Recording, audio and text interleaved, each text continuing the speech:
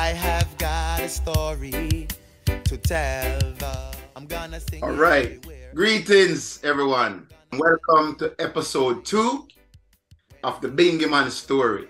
See? So we say to Jah be the glory. We give our thanks and praise to the Most High. After the big launch, Mikal Asher actually left to go to Ivory Coast. And the Alpha Blondie Fiesta in Ivory Coast pretty much established a base there. Along with talking about what happened in Ivory Coast, I have today 3 very distinguished guests, all right? And I have had the honor and the pleasure of working with each and every one of them, okay? First, I'm going to introduce to you King Lagaze, see, the 7-star general. He's on top of his game. He's one of the few presenters that does his homework. When Lagaze sit you down to do an interview, you better be ready because he's going to dig up some information on you, and you better be ready for it. So respect to Lagaze. The other brother I'd like to talk about is Excellency, also known as Fifi Sella. He was one of the leading, radio presenters back in the day. And this brother, I know, had a great influence on a lot of the top dancehall and reggae artists in Ghana right now. Yeah. He created Clash for the DJ artists back in those days. I mean, trust me, this brother ain't no joke. Excellency, I salute you. Last but not least, I got to tell you about my brother Heavy D. Now, Heavy D happens to be the narrator, for documentary. My good friend and brother, he's a radio personality and a producer. He's hosted and presented many shows, selects music. He worked with Max FM at 89.7, 3 FM. He worked with Supreme Entertainment, and he's also an artist. And he's an excellent influencer. Very, very, very, very powerful brethren, very knowledgeable. The purpose of us being here today is to talk about what happened when Mikal Asher went to Ivory Coast. Okay, as you can see behind me, which way? Okay, that is a album cover for a album that we did in Ivory Coast.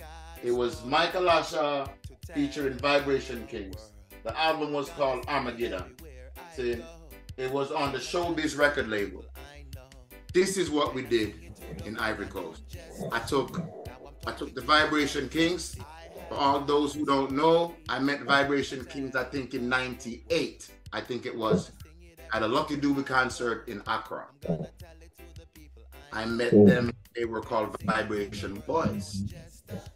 They were Zonto, Commander Messiah. Zonto is known as Black Prophet now, by the way. The twins, Peter Paul, Peter May, soul rest in peace, Puff, and there was a couple of other brothers. I don't remember their names right now. It's a while ago. The first time I see the brethren them, youth them at the time, I just love them. I love them energy. I love them flow, very talented. And I said, man, I have to meet these brethren. As fate would have it, we met, we get together, we started working together. And I said, you know what? I'm going to Ivory Coast. I took them to Ivory Coast. I brought a producer from New York. His name is Ronald Butler. He used to work with Morgan Heritage. He used to work with my brother Denroy Morgan. He came to Ivory Coast with us. We spent about maybe 2 to 3 months, and we produced an album for Showbiz Records. When I first met Michael, it was back in 1980, roughly, early 1980. I was working with his older brother, Denroy Morgan at the time, during the I'll Do Anything For You album. that's been from that time until now. So it's just an ongoing evolution, and we're still at it. You know, we developed a sound, and we're gonna play 3 songs from that album, and we're gonna talk about the impact that I feel those songs have on me as an artist, and why I feel that these songs was important enough to explain what happened in Ivory Coast. First and foremost, I was supposed to be part of the introduction in terms of the life of Mikal Asher, from when we set fire into Jamaica entertainment in Somalia, and the whole Somalia went into darkness. Mikal Asher has one of the biggest sound systems. You understand me? In Ghana, and trust me, not even electricity can hold it.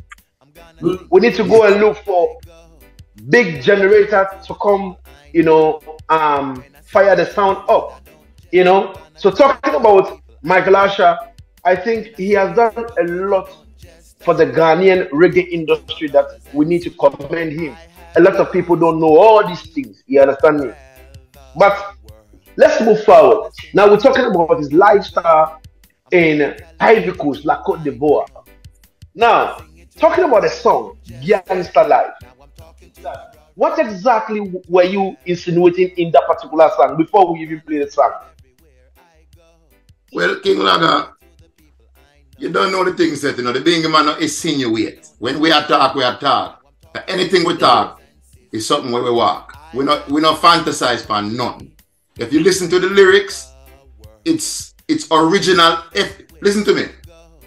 I remember doing that song, doing the lyrics for that song after 15 years of not even touching it or hearing it. Why? Because it's real. When I do that song, it's not for spread badness. If you really listen to the song, all right, we're going to play the song, right? But we're not going to play the word of the song, right? We're going to play it from about 45 seconds and play about a minute of it. See? Now, what I want to say is, if you listen to the song, it sounds like we are promoting the gun thing. You see? It sounds like we promote the badness thing. But I know that. I know that, you know, we are militant soldier, you know, we are revolutionary, you know, so we know the walk. You know what I say? So I don't just talk, because if you listen to the song, don't at the end of the song come back and give the youth them a positive message and make them know, say, we're not promoting no badness. We want the youth them to go to school and get an education and knowledge and learn something. So we don't promote badness, but sometimes you have to talk. You have to talk. All right. So you have to talk about how you feel. So in this case, you are not promoting badness. Never. From what you are saying, but you are just saying it. You understand me? And you did say that you walk the talk. Oh, you mean, man? What you think, man? You think we are a real thing, man? It's a real life thing, man. Everything we talk a real thing. Play the tune, man, and listen to the lyrics, man. Yeah, man. So it means that Mikal Asher is a gangster, right? You know, hold on, don't get the thing twisted, you know. Say we live the gangster life, and we know the gangster life. So we tell the youth them what the gangster life is like, and make them know, say, it's not nice. So we make the youth them know, say, we did live that life. But no, Rastafari call I and I to a more peaceful, you know, way to live, a more article way to live. But don't get it twisted. We are Rasta, but we are still gangster. All right. So let's listen to the song and come back and let us know what exactly saved you from gangsterism.